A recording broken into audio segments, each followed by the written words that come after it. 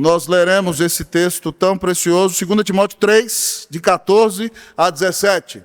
2 Timóteo 3, de 14 a 17. Num dia de ordenação pastoral, esse texto se reveste de grande especialidade. Ele já é inspirado, mas a aplicação dele é especial para nós, porque é a última palavra de um pastor para um outro pastor que estava começando. E Paulo ensina a Timóteo o que era essencial para o seu ministério. Assim diz a palavra do nosso Deus. Vocês vão ler comigo somente o versículo 17. Assim diz a palavra de Deus. Tu, porém, permanece naquilo que aprendeste e de que foste inteirado, sabendo de quem o aprendeste, e que desde a infância sabes as sagradas letras que podem tornar-te sábio para a salvação pela fé em Cristo Jesus. Toda a Escritura é inspirada por Deus e útil para o ensino, para a repreensão, para a correção, para a educação na justiça. Todos comigo. A fim de que o homem de Deus seja perfeito e perfeitamente habilitado para toda boa obra. Deus, toda a glória ao teu nome. Pastora Mauri já orou por nós. Eu só peço algo para o Senhor, ser propício a mim, pecador. Não me deixe, Espírito Santo, atrapalhar a tua palavra. Ó Deus, mas que Cristo seja exaltado sobre tudo e sobre todos. Que essa mensagem fique gravada não só no coração do João, mas no coração de todos nós. Oramos em nome de Jesus. Amém. Assentai-vos, amados irmãos e irmãs.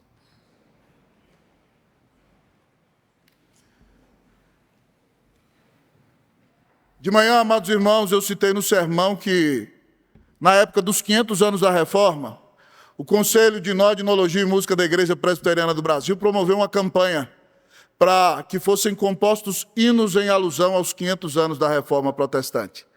E o hino que apareceu em primeiro lugar foi o hino Reforma 500 anos, escrito pelo reverendo Edilson Botelho e pelo reverendo Estênio Marços. E o que eu gosto deste hino é que ele canta no seu coro os 5 solas da Reforma. Meu querido João, se eu te perguntasse aqui quais são os 5 solas da Reforma... Não, reverendo, não tem mais exame. Chega, né, João? Muito exame já, né?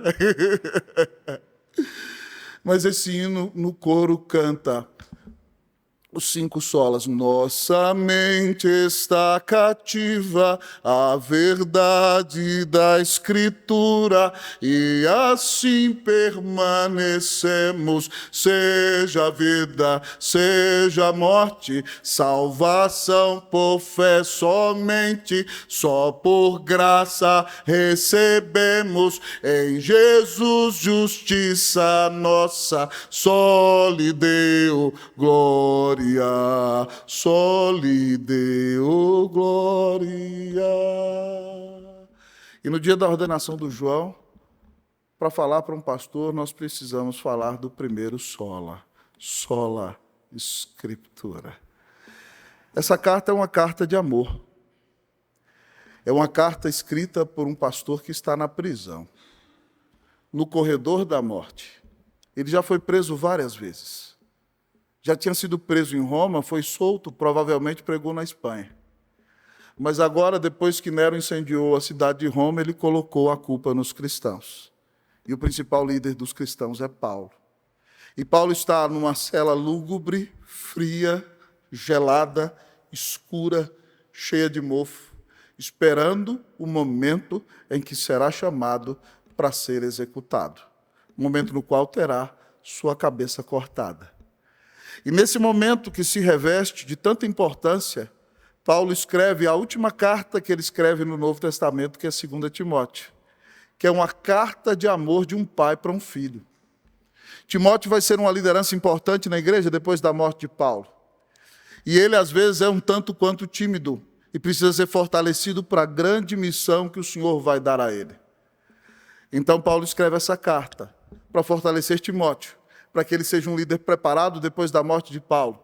Mas também para que Timóteo aproveite a última oportunidade que ele vai ter de ver Paulo. Porque depois, quando vier o inverno, muitas tempestades vão se dar nos mares da Europa e talvez Timóteo não consiga atravessar para encontrar-se com Paulo na prisão em Roma. Então Paulo dá as últimas instruções, pede que leve para ele sua capa, seus livros, porque quer morrer estudando, está estudando, se preparando para o céu e quer ler seus livros até o final. E nesse texto tão precioso, meu querido João, mas também queridos irmãos e irmãs que aqui estão, a palavra que o apóstolo Paulo deixa para Timóteo é o que era mais importante para o ministério dele: permaneça na Escritura. Paulo diz para ele: tu, porém, permanece naquilo que aprendeste e de que foste inteirado. Se eu tivesse que dar um conselho para o meu querido João, com quem tenho amizade há mais de 20 anos, e que tem trabalhado na mesma equipe que eu aqui na Igreja Unida já o 6º ano, João, no seu ministério pastoral, permaneça na Escritura. Talvez você me pergunte nessa noite: pastor, por que permanecer na Escritura?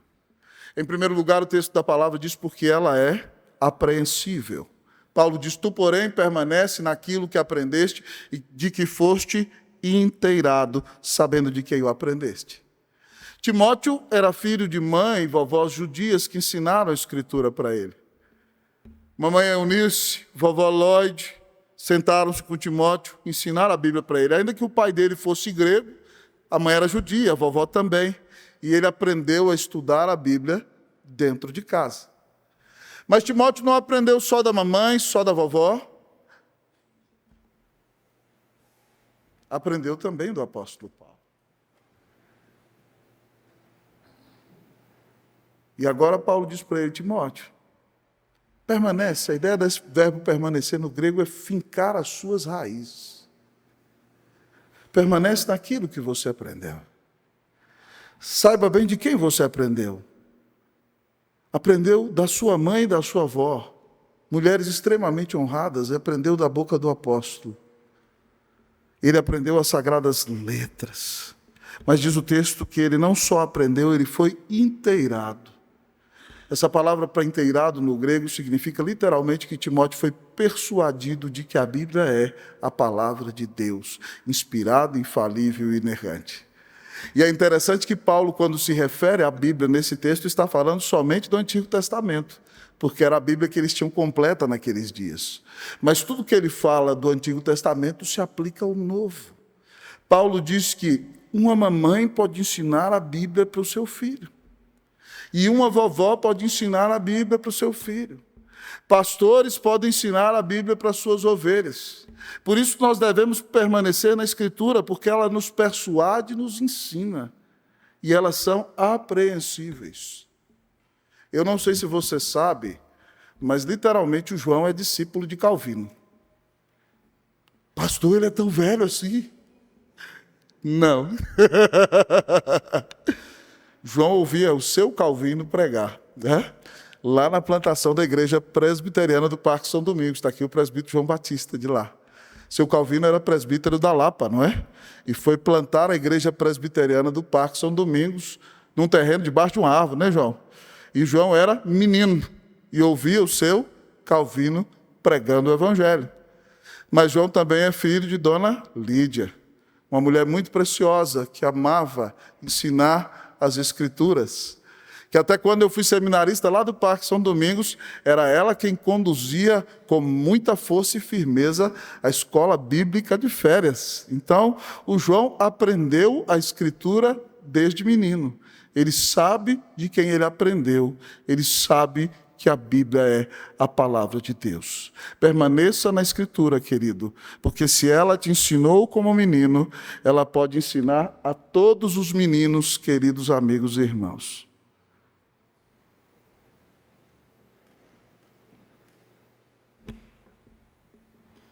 Ela pode ensinar a todas as crianças.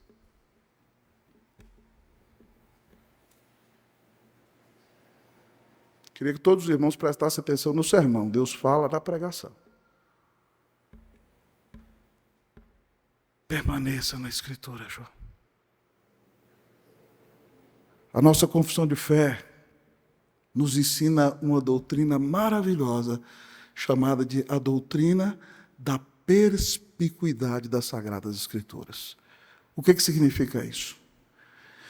Que tudo aquilo que o homem precisa aprender para ser salvo é tão claro e nítido nas páginas da Escritura, que o homem mais simples, ao ler a palavra de Deus, pode aprender o Evangelho e ser salvo por essa palavra.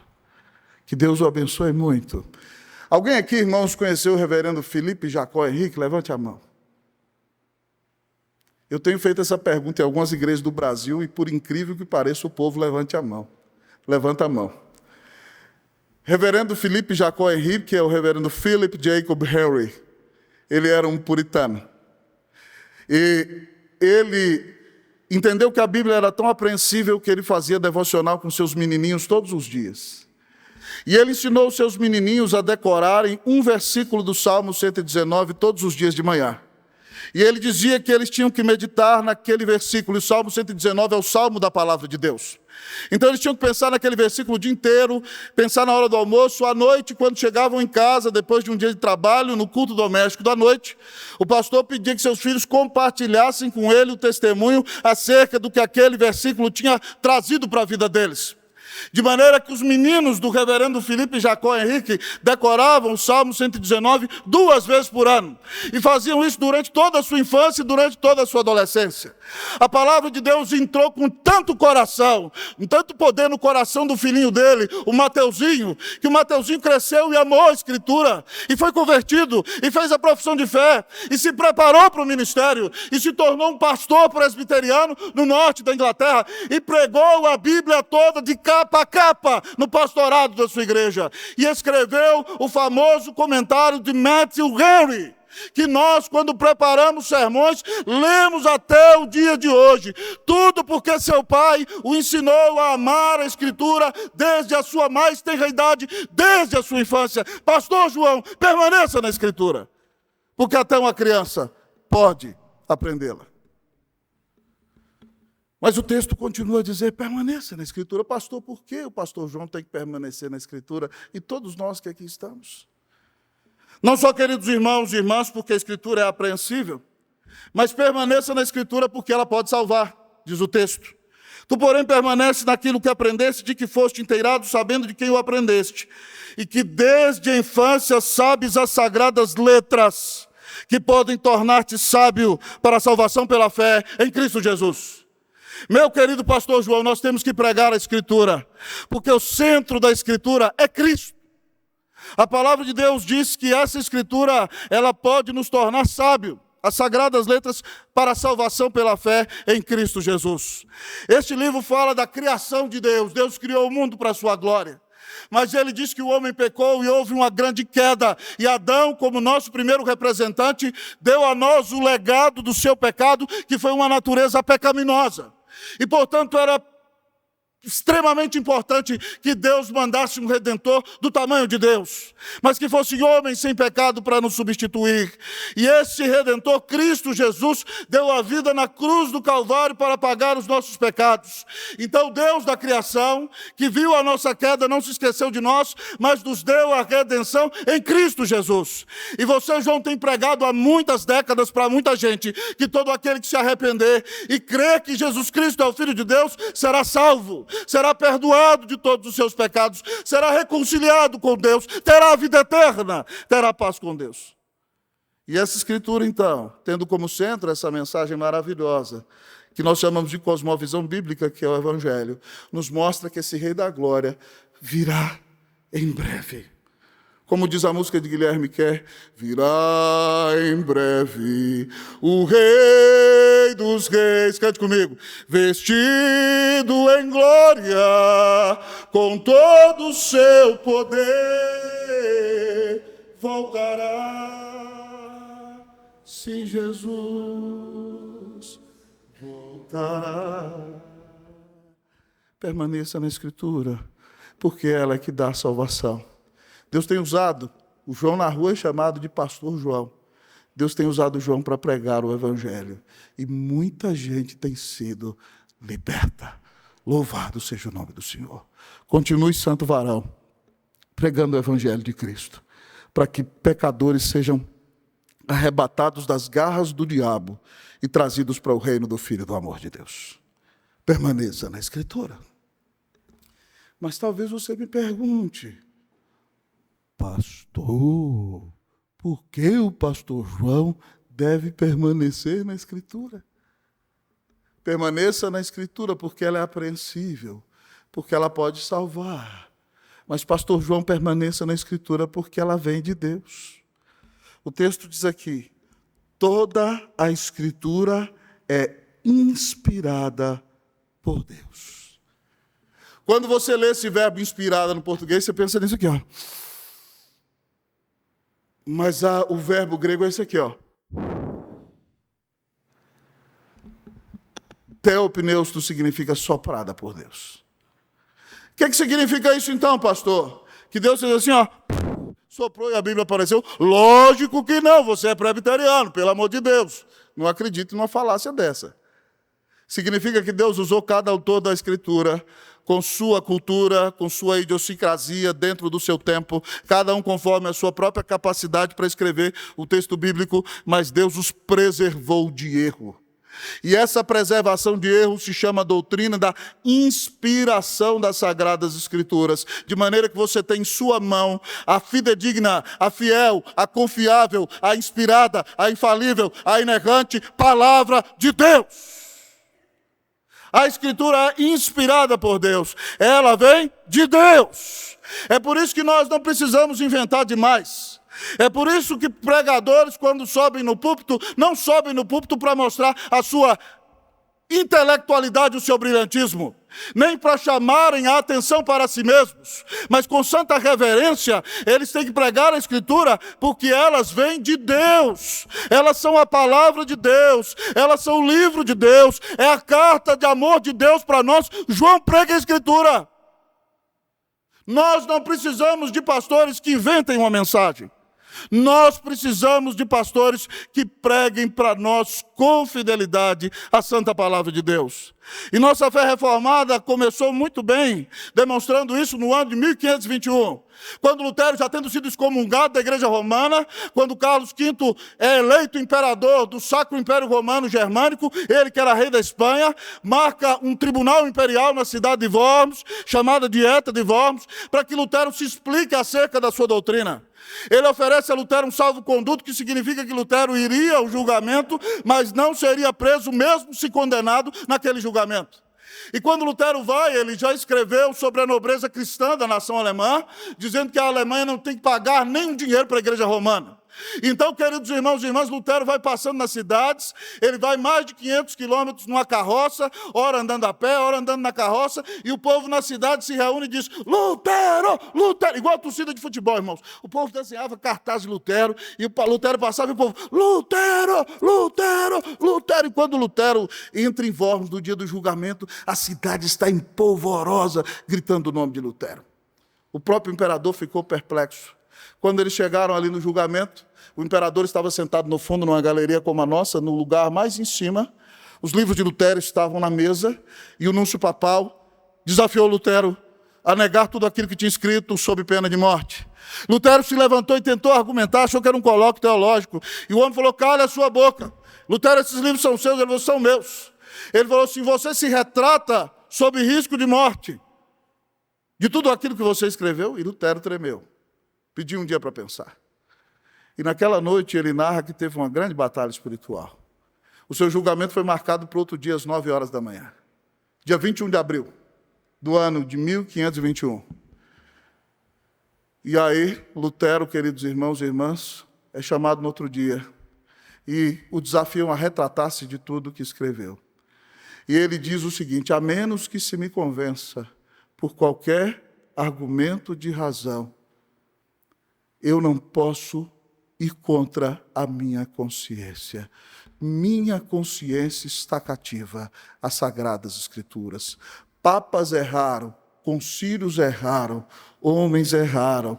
Minha consciência está cativa à Sagrada Escritura e não é correto ir contra a minha consciência. Que Deus me ajude. Amém! Ali Lutero deu uma machadada só. Pá! Na raiz da tirania do romanismo e mostrou que a autoridade máxima na Igreja de Cristo Jesus é a palavra de Deus. Pastor João, nós precisamos ouvir o Senhor pregando a Escritura, porque ela é a mensagem de Deus para nós. Permaneça na Escritura, porque ela vem de Deus. Por que você acha que o pastor João deveria permanecer na Escritura? Permaneça na Escritura, porque ela é apreensível, porque ela pode salvar por causa da sua origem. Mas por que o pastor João tem que permanecer nas Escrituras, meus irmãos? Permaneça na Escritura, porque ela é extremamente útil. Permaneça na Escritura, porque ela é extremamente útil. Versículo de número 16, vamos ler todos juntos, numa só voz, vamos lá? Toda a Escritura é inspirada por Deus e útil para o ensino, para a repreensão, para a correção, para a educação na justiça. Toda a Escritura é inspirada por Deus e Paulo diz que ela é útil. Útil para quê? Extremamente útil para o ensino, para ensinar a verdade. Eu estou pregando para você aqui, ensinando para o pastor João, para mim e para você, o conteúdo das Escrituras. A Escritura nos ensina a mensagem de Deus, a vontade de Deus, a doutrina de Deus, o caminho de Deus, tudo aquilo que nós precisamos saber sobre Deus está na Escritura. Ela é o conteúdo da nossa mensagem, é esta palavra que nós vamos ensinar. Ela é extremamente útil para a pregação, para o ensino, pastor João. Mas o texto diz que ela é extremamente útil não só para o ensino, mas para a repreensão. E essa palavra usada para repreensão no grego aqui, irmão, é literalmente botar luz no que está errado. É como se um ladrão tivesse entrado na sua casa à noite e você está tremendamente armado e ele acha que ninguém está vendo ele e de repente você pega uma lanterna e pá! O ladrão entra em desespero. Repreensão aqui significa isso. Mostrar o que está errado. Não é pelo nosso poder que nós vamos mostrar o erro. É pelo poder da palavra de Deus. Mas graças a Deus, porque Deus não quer nos deixar entregues ao erro. Ele quer transformar a nossa vida. E a Escritura é útil não só para repreensão, mas para correção. Se um osso quebrou, a palavra de Deus traz para o lugar. Deus não quer deixar você entregue à sua própria sorte e à miséria do seu pecado. É por isso que ele te confronta com a palavra dele. E a Escritura é o meio para resgatar, para corrigir, para colocar o osso quebrado no lugar. Nós corrigimos o povo de Deus com amor, por meio das Escrituras. Mas além de tudo que já foi falado, ela é extremamente útil para a educação na justiça. O ensino é o conteúdo, a educação é o discipulado pessoal. É como quando, amado amigo e irmão, alguém está aprendendo a correr os 100 metros rasos, e de repente, então, ele começa a correr, e ele corre em 20 segundos. E aí o treinador, ele apita, corre. Não, 20 segundos está errado. Você precisa fazer a dieta, você precisa dormir mais cedo, você precisa comer melhor, você precisa treinar mais, e aí na outra semana, outro mês, ele vai treinar 15 segundos. Não, peraí, na outra semana, 11 segundos, quase bateu o recorde mundial. A Bíblia é feita para nos treinar na prática. Discipulado, o texto está falando é disso. Então, de repente, o cara começa no Evangelho, o coração dele se converteu, mas de cada 20 palavras que ele fala, 50 são palavrões. Então você está andando com ele, ele fala, seu filho de não sei o quê, filho de não sei o quê, filho de não sei o quê. Aí você fala, cala a boca, filho de Deus. E aí você vai ensinando para ele. Se ele falava 50 palavrões, mês que vem ele fala 40. Daqui um ano ele fala 20. Daqui 10 anos ele vai estar falando só 1 ou 2. Daqui 20 anos, quando ele estiver bravo, ele fala 1, tá bom? E daqui a pouco Deus erradica o palavrão da vida dele. Educação para a justiça na prática. A Bíblia quer nos treinar na prática, nos mínimos detalhes. E um pastor vai conviver com o povo. E preste atenção, João. A Bíblia não educa só o seu povo, ela educa você. Porque nós também precisamos ser pastoreados a cada dia no corpo de Cristo, no nosso trabalho. A palavra de Deus é extremamente útil, pastor João. Que ela seja usada no seu ministério. Eu gosto muito, irmãos, de uma história que James Pucker escreveu. E não somente James Pucker, Michael Reeves escreveu num livro chamado Uma Chama Inextinguível. Essa história é a história do reverendo John Rogers, ou Joãozinho o Rugidor. Reverendo Joãozinho o Rugidor era pastor no interior da Inglaterra. E na época dos puritanos eles viviam um grande avivamento. E essa história foi contada pelo reverendo Thomas Godwin, tá? Um dos maiores pregadores dos puritanos. O reverendo Joãozinho Rugidor, é verdade, aconteceu isso. estava pregando sobre a Escritura, e os puritanos eram tão grandes oradores, eles não eram burocratas, eles lançavam um dos melhores artifícios de comunicação. E então John Rogers, Joãozinho Rugidor, resolveu lançar a mão da personificação no seu sermão. E ele começa a falar com o povo se ele fosse o próprio Deus. E no sermão ele diz para o povo: eis que vos tenho dado a minha Bíblia. O que tendes feito com ela? A tendes deixado guardada em vossas gavetas? Ou deixaste minha Bíblia aberta no Salmo 91? Vocês não leem a Bíblia com a sua família, vocês não fazem o culto doméstico, vocês não pregam a Escritura na praça pública, vocês não discipulam seus filhos com a Escritura. Eis o que eu, o grande Deus, farei. Já sei o que farei. Eu pegarei a minha Bíblia e a tirarei do meio de vós e a darei a outro povo que me ame, que me tema e que guarde a minha palavra. O povo começou a chorar no sermão. Agora, o reverendo Joãozinho Rugidor personifica o povo no sermão. O povo se volta para Deus e diz: Senhor Deus, o Senhor sabe que nós merecemos a tua ira, mas o Senhor é misericórdia. Senhor Deus, o Senhor pode tirar qualquer coisa de nós. Tira de nós, Senhor Deus, nossas colheitas. Tira de nós, Senhor Deus, nossa saúde. Tira de nós, Senhor, nossas riquezas. Tira de nós, Deus, até os nossos filhos, mas Deus, por favor, não retire de nós a tua palavra, senão nós vamos morrer. Então o reverendo volta a personificar Deus no sermão.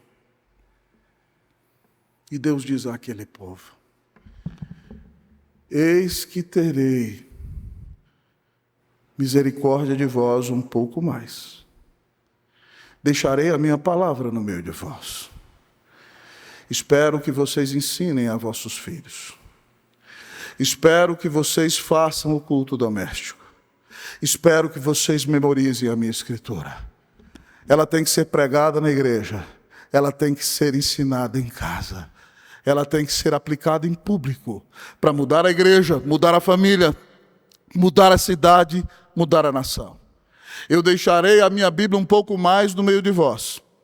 Se vos arrependerdes de verdade, ela permanecerá em vosso meio para sempre. Se não vos arrependerdes, depois eu a retirarei de vós. E o Espírito Santo, irmãos, visitou aquela igreja com tão grande convicção de pecado, que o povo chorou ininterruptamente mais de 1 hora depois desse sermão. E o reverendo Thomas Godwin conta que até o próprio John Rogers, quando voltou para casa no lombo do seu cavalo, estava tão impactado com a presença e o poder de Deus, que desceu do cavalo e chorou 25 minutos. Pasme comigo. 300 anos se passaram. E Deus tem retirado a palavra dele daquela nação. Essa semana, conversando com a nossa missionária Isabela, que está em Londres, passou em São Paulo essa semana, ela me disse que nesse ano foi a primeira vez que foi feito um censo na Inglaterra, em que se constata que a maioria da população não é cristã. Menos de 10% da população frequenta as igrejas. Aquele era o país do avivamento. O país de Whitefield, de Baxter, de Spurgeon, de Ryle, de Lloyd Jones, de John Stott. Deus tem tirado a palavra dele dali. Eu tremo, irmãos. Sabe por quê? Porque eu tenho filhos. E acredito que vou ter netos. E eu não quero, pastor João, que Deus retire a palavra dele dos meus netos. Eu não quero que ele retire a palavra dele dos meus filhos. Para que isso aconteça, nós temos que permanecer na Escritura hoje. Permaneça na Escritura, pastor, porque ela é extremamente útil. Pastor, por que permanecer na Escritura? Em último lugar, nessa noite, por que permanecer na Escritura? Porque ela tem o melhor propósito. Por que permanecer na Escritura? Porque ela tem o melhor propósito. Versículo de número 17, vamos ler todos? Que diz o texto? a fim de que o homem de Deus seja perfeito. E perfeitamente habilitado para toda boa obra. A fim de que o homem de Deus seja perfeito, perfeitamente habilitado para toda boa obra. A Escritura tem o objetivo de nos levar à maturidade. Essa palavra usada para perfeito no grego aqui não significa que você vai ser perfeito desse lado de cá do céu, porque é impossível. Nós só vamos ser plenamente santos quando o Senhor retirar a natureza pecaminosa de nós, ou na nossa morte, ou no retorno do Senhor Jesus. A palavra usada para perfeito no grego aqui significa maduro. O propósito da Escritura é fazer do homem, da mulher de Deus, pessoas maduras. Mas essa maturidade não tem a ver somente com o que fazemos, ela tem a ver com a nossa essência. E é extremamente importante que você entenda que mais do que com seus afazeres, Deus está preocupado com a sua essência. Ele vai falar que você tem que ser maduro naquilo que faz, mas antes ele faz a fim de que o homem de Deus seja perfeito. O verbo ser tem a ver com o ontos do grego, com o âmago, com o íntimo, com a sede da alma, com o coração, com o útero existencial.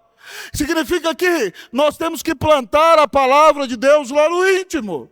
É plantada lá no nosso coração que ela vai nos mudar de dentro para fora. É o que Salomão disse em Provérbios 4, 23. Sobre tudo que se deve guardar, guarda o teu coração, porque dele procedem as fontes de vida. Pastor João, plante a Escritura lá no âmago, lá no íntimo, lá no mais profundo do seu ser. Porque é plantada lá dentro, lá no íntimo, que ela vai nos levar à maturidade. Irmãos, isso é extremamente importante. Eu sou presbiteriano desde que nasci. E tenho 23 anos de pastorado. E às vezes eu encontro pessoas velhas de igreja que não têm maturidade espiritual nenhuma. Elas são velhas de igreja, mas elas ainda estão metidas em confusão até hoje. Elas ficam com disse-me-disse até hoje. Tudo porque elas são religiosas e velhas de igreja, mas elas não plantaram a palavra lá dentro. A palavra não foi implantada. Então elas gostam de fazer grupinhos, elas nunca crescem espiritualmente, vivem a vida inteira na igreja e nunca crescem espiritualmente. Porque a palavra, elas acham que a palavra está ligada ao que eu tenho que fazer. Mas o que Deus está dizendo aqui para nós, pastor João, é que antes de fazer nós precisamos ser. A fim de que o homem de Deus seja perfeito. Quando a palavra é plantada lá dentro, ela vai mudando o nosso coração. E aí, então, ela nos capacite, perfeitamente habilitado, capacitado para toda boa obra. Quem conhece o nosso pastor João sabe que ele é um evangelista. Não passa nenhum ímpio na frente dele que não ouça falar de Jesus. Ele recebeu esse dom do Espírito Santo. E o Senhor vai capacitá-lo para que ele use cada vez mais e mais. Mas antes de fazer o que ele precisa de ser. Deus quer nos levar à maturidade espiritual, para que os nossos dons não contradigam a nossa vida, para que a nossa vida não contradiga a nossa mensagem. É extremamente importante que nós plantemos a palavra lá no íntimo. Guardo no coração as tuas palavras para não pecar contra ti. Eu amo o Salmo 19, que fala da revelação. Até o versículo 6 ele fala da revelação na criação, revelação geral. Depois ele começa a falar que a lei do Senhor é perfeita e restaura a alma. O testemunho do Senhor é fiel e dá sabedoria aos simples. Os preceitos do Senhor são retos e alegram o coração. O mandamento do Senhor é puro e ilumina os olhos. O temor do Senhor é límpido e permanece para sempre. Os juízos do Senhor são verdadeiros, são todos igualmente justos, são mais desejáveis do que o ouro, mais do que muito ouro depurado, são mais doces do que o mel e o destilar dos favos. Além disso, por eles se admoesta o teu servo em os guardar a grande recompensa. Quem há que possa discernir as próprias faltas? Absolve-me, Senhor, daquelas que me são ocultas. E quanto à soberba, que ela não me domine. e eu assim ficarei livre de grande repreensão. Pastor João, guarde a palavra no coração, e você vai ser cada dia um homem mais parecido com Cristo Jesus. Mas eu gostaria de dizer para você que não é só o pastor João que precisa permanecer na Escritura. E para permanecer nessa Escritura, você precisa entender o cerne da sua mensagem. Nos dias do grande pregador, eu já estou chegando ao final, Charles Spurgeon, havia um ditado em Londres. Dizia-se que cada estradinha de Londres levava às grandes rodovias, e que todas as rodovias de Londres levavam à grande megalópole da Inglaterra, cada estradinha da Inglaterra, preguei muito esse fim de semana, levava às grandes rodovias.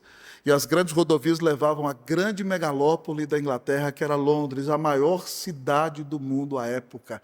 Quando você viajava de longe à noite, você já via a luz e o brilho da glória daquela grande cidade gloriosa, a maior cidade do mundo. Spurgeon, vendo essa ilustração, disse o seguinte, que cada versículo da Bíblia é uma pequena estradinha, que leva para as grandes doutrinas, as doutrinas da graça, da nossa salvação.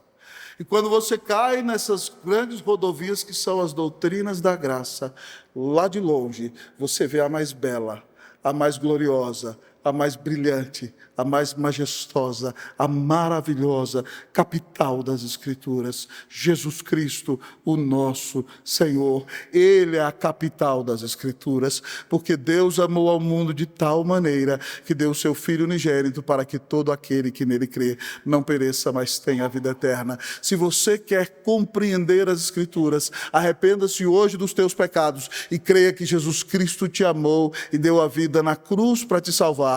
Se uma igreja quer, de fato, aplicar as Escrituras, ela tem que pregar sobre todas as coisas o grande amor de Deus dado a nós na pessoa de Jesus. Creia em Jesus e você será salvo. Creia em Jesus e você vai ouvir Deus bater o martelo no seu tribunal. Eu te perdoo, eu te declaro justo pela fé no meu Filho, Jesus Cristo. E então, no seu cartório celestial, ele passa o documento e diz, eu te adotei como meu filho, agora você é meu, não é mais meu inimigo, é meu amigo. Eu te dou a vida eterna, você viverá para sempre na minha presença todos os dias.